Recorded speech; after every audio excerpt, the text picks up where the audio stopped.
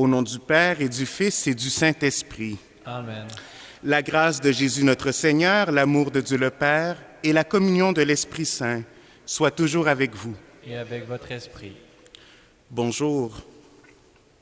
Mes frères, mes sœurs, préparons-nous à la célébration de l'Eucharistie en reconnaissant que nous sommes pécheurs.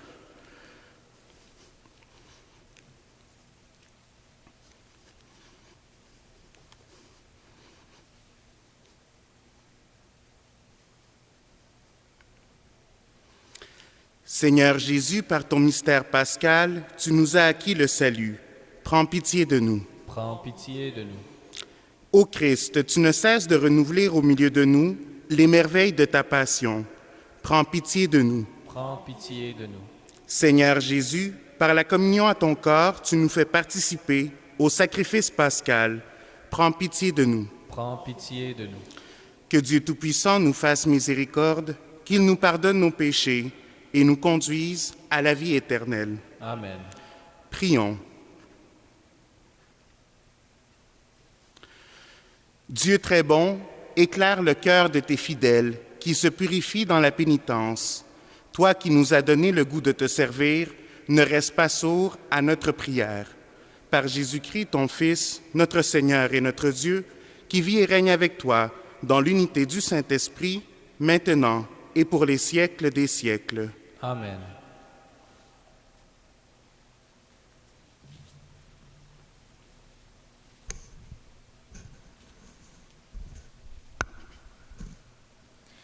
Lecture du livre du prophète Daniel. En ces jours-là, le roi Nabuchodonosor parla ainsi. Est-il vrai, Sidrac, Misach et Abdenago, que vous refusez de servir mes dieux et d'adorer la statue d'or que j'ai fait ériger?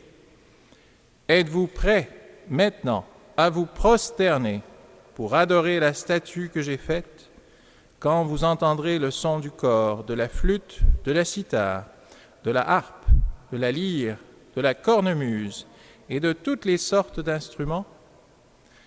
Si vous n'adorez pas cette statue, vous serez immédiatement jetés dans la fournaise de feu ardent. Et quel est le Dieu qui vous délivrera de ma main?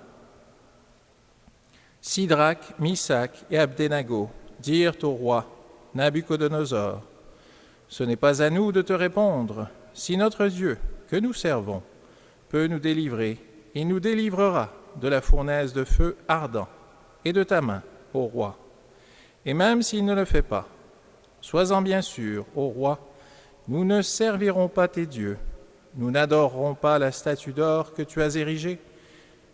Alors Nabuchodonosor fut rempli de fureur contre Sidrac, Misach et Abdenago, et son visage s'altéra.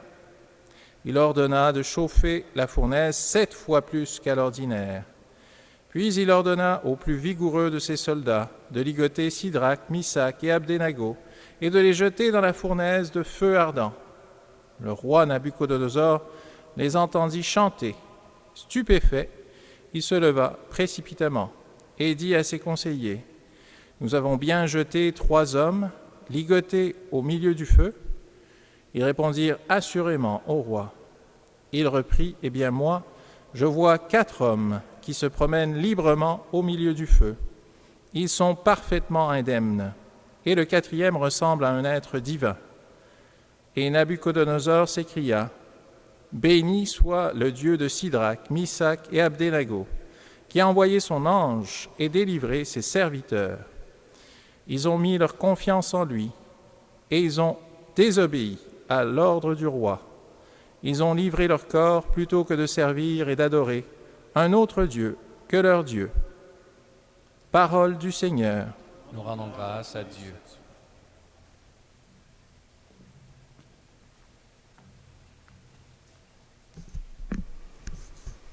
À toi, louange et gloire éternellement.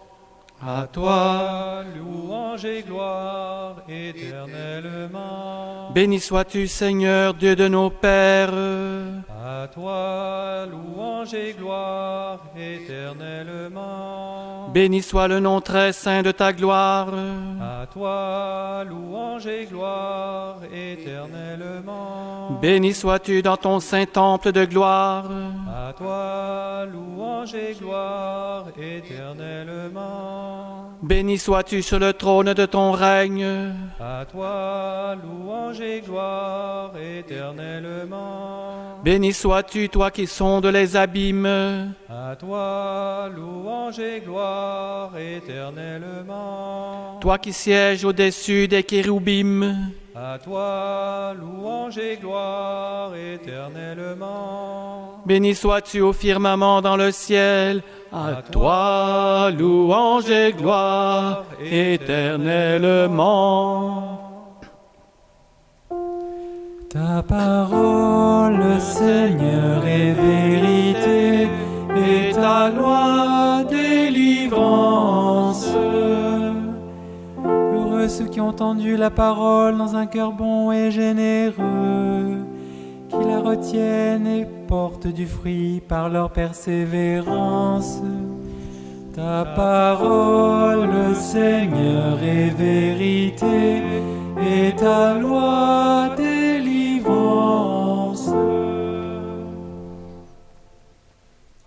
Le Seigneur soit avec vous. Et avec votre esprit.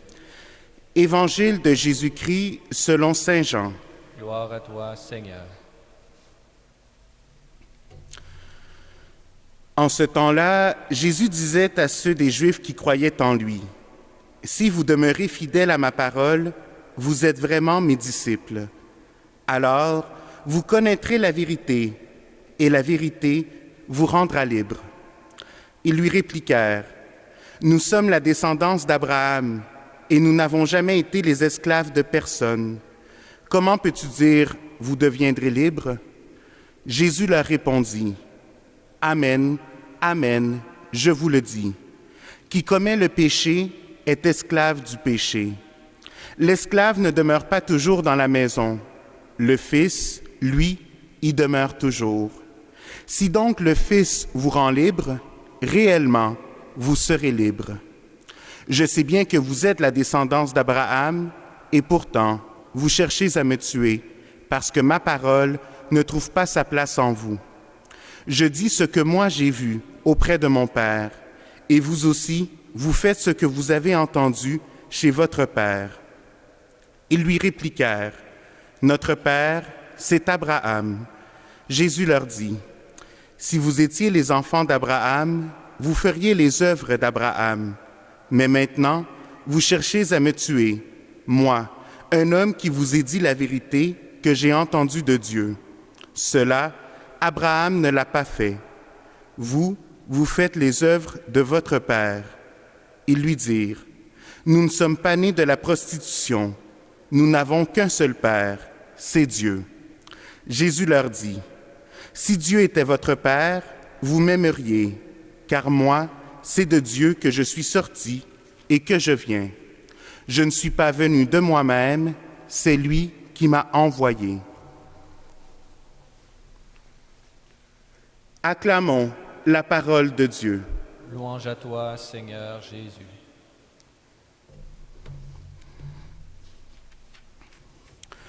Nous avons plusieurs éléments dans cette parole d'aujourd'hui.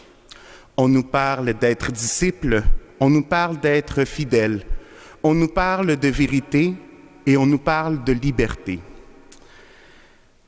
Dans tout ça, on peut voir et illustrer par la première lecture que la vérité peut parfois, quand elle vient vers nous décontenancer, nous déstabiliser. Nous avons nos propres vérités, des vérités que nous faisons, que nous créons nous-mêmes. Et c'est ce qui est arrivé au roi Nabucodonosor. Il avait fait ériger cette statue et il voulait que tous les fidèles du royaume se mettent à genoux devant cette statue. C'était sa vérité à lui. Mais quand les jeunes gens ont refusé de se mettre à genoux, il a vu que son pouvoir était de donner vie ou de donner mort, tout simplement. Il avait ce pouvoir. Et c'est pourquoi il les envoie dans la fournaise pour brûler, tout simplement. Leur vérité venait le choquer et à cause de cette vérité, il devait mourir. Mais quand Nabuchodonosor s'est rendu compte que même dans la fournaise, même avec le feu, les jeunes gens n'étaient pas morts, c'est là où il fonce vraiment dans une véritable, dans la vérité. Et ce Dieu véritable, c'est justement ce que Jésus vient nous parler par sa parole, par sa personne. Cette vérité nous rendra libres. Est-ce qu'on prend le temps de chercher cette vérité? Le carême est un temps propice et présentement notre quarantaine est un temps propice pour rechercher cette vérité. Cette vérité qui, dans le temps de carême, est très claire. Nous marchons pour rejoindre la croix et la résurrection. Et c'est par cette croix et cette résurrection que se montre notre vérité qui est d'aimer jusqu'à donner sa vie. C'est ce que Jésus nous donne comme témoignage, et c'est par ce témoignage que nous devenons libres. Le pape Jean-Paul II a écrit dans son encyclique « La splendeur de la vérité », il nous a parlé d'avoir justement cet exemple. Il nous dit « Jésus est donc la synthèse vivante et personnelle de la liberté parfaite dans l'obéissance totale à la volonté de Dieu. Son corps crucifié est la pleine révélation du lien indissoluble entre la liberté et la vérité. De même que sa résurrection des morts est la suprême exaltation de la fécondité et de la force salvifique d'une liberté vécue dans la vérité. Jésus, par sa mort sur la croix, a été capable de transformer la mort en vie. Que par notre obéissance à cette vérité, que dans notre liberté, nous puissions nous aussi transformer toutes les choses négatives qui arrivent présentement en quelque chose de vrai, d'honnête, de positif. Amen.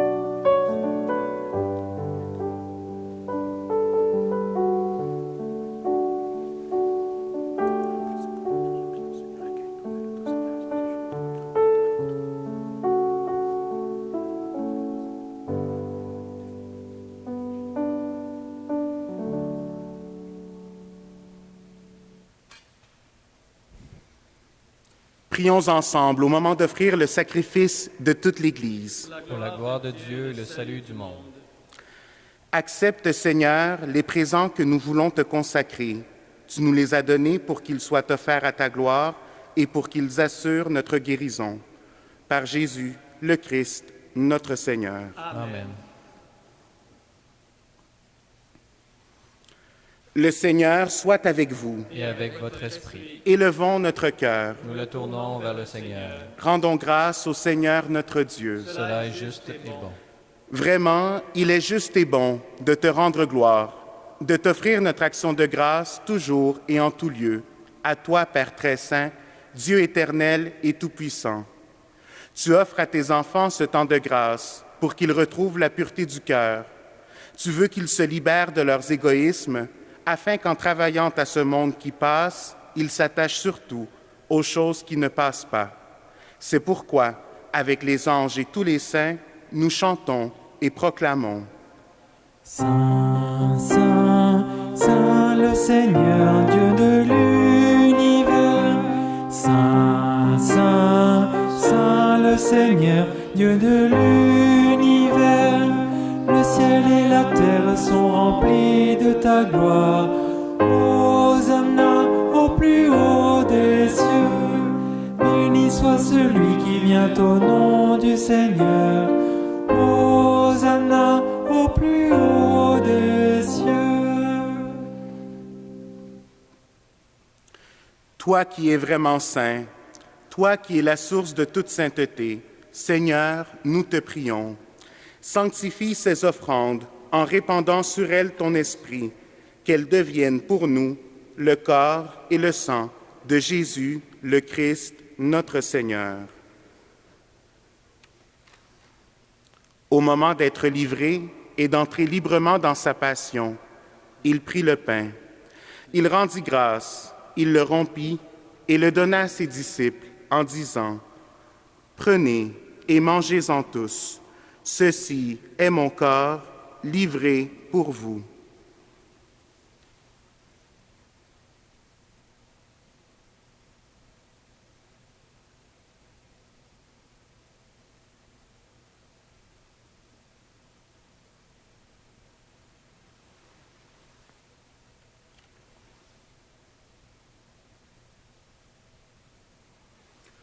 De même, à la fin du repas, il prit la coupe. De nouveau, il rendit grâce et la donna à ses disciples en disant : « Prenez et buvez-en tous, car ceci est la coupe de mon sang, le sang de l'alliance nouvelle et éternelle, qui sera versé pour vous et pour la multitude en rémission des péchés. Vous ferez cela en mémoire de moi. »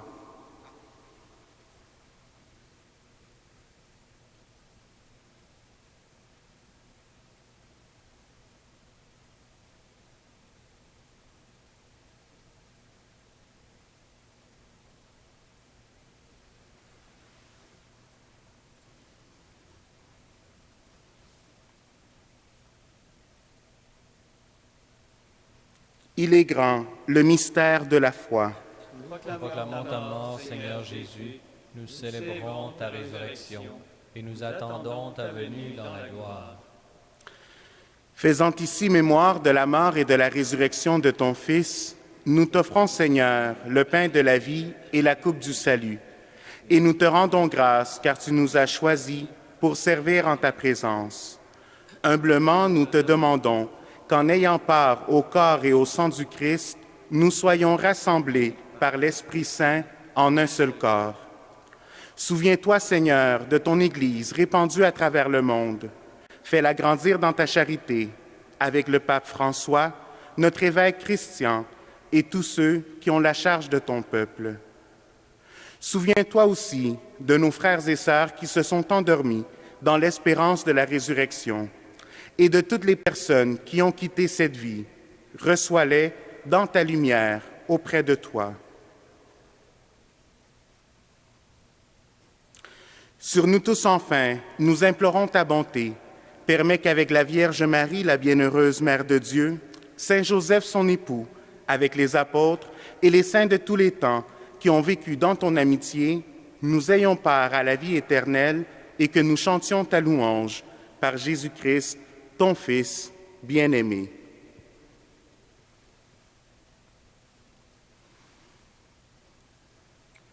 Par lui, avec lui et en lui, à toi, Dieu le Père Tout-Puissant, dans l'unité du Saint-Esprit, tout honneur et toute gloire pour les siècles des siècles. Amen.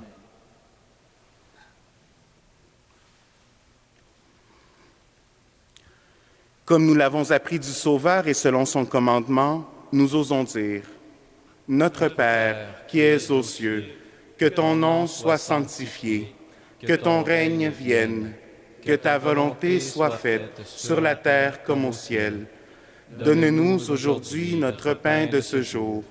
Pardonne-nous nos offenses, comme nous pardonnons aussi à ceux qui nous ont offensés.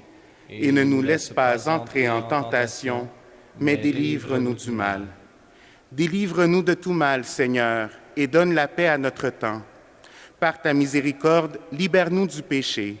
Rassure-nous devant les épreuves, en cette vie où nous espérons le bonheur que tu promets et l'avènement de Jésus-Christ, notre Sauveur. Car c'est à toi qu'appartiennent le règne, la puissance et la gloire pour les siècles des siècles. Seigneur Jésus-Christ, tu as dit à tes apôtres, « Je vous laisse la paix, je vous donne ma paix. Ne regarde pas nos péchés, mais la foi de ton Église. Pour que ta volonté s'accomplisse, donne-lui toujours cette paix et conduis-la vers l'unité parfaite, toi qui règnes pour les siècles des siècles. » Amen. Que la paix du Seigneur soit toujours avec vous. Et avec votre esprit. Agneau de Dieu qui enlève le péché du monde, prends pitié de nous, prends pitié de nous. Agneau de Dieu qui enlève le péché du monde, prends pitié de nous, prends pitié de nous. Agneau de Dieu qui enlève le péché du monde, donne-nous la paix, donne-nous la paix. Heureux les invités au repas du Seigneur. Voici l'agneau de Dieu qui enlève le péché du monde. Seigneur, je ne suis pas digne de te recevoir, mais dis seulement une parole et je serai guéri.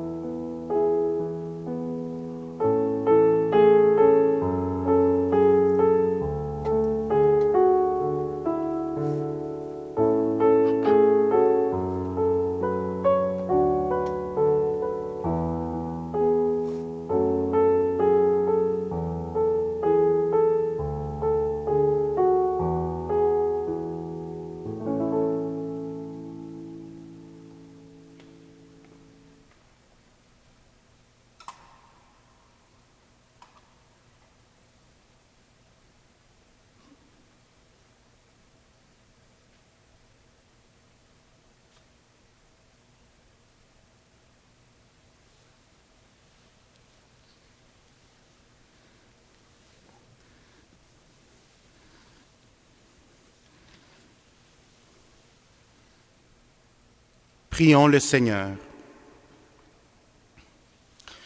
Que cette communion à tes mystères, Seigneur, nous procure la guérison que toi seul peux donner, qu'elle arrache de nos cœurs jusqu'aux racines du mal, qu'elle nous protège et nous fortifie à jamais. Par Jésus, le Christ, notre Seigneur. Amen. Je vous salue Marie, pleine de grâce, le Seigneur est avec vous. Vous êtes bénie entre toutes les femmes, et Jésus, le fruit de vos entrailles, est béni.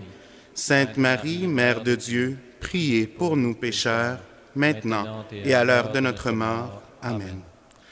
Le Seigneur soit avec vous, Et avec votre esprit. et que Dieu Tout-Puissant vous bénisse, le Père, le Fils et le Saint-Esprit. Amen. Allez dans la paix du Christ. Nous rendons grâce à Dieu. Merci, bonne journée et courage.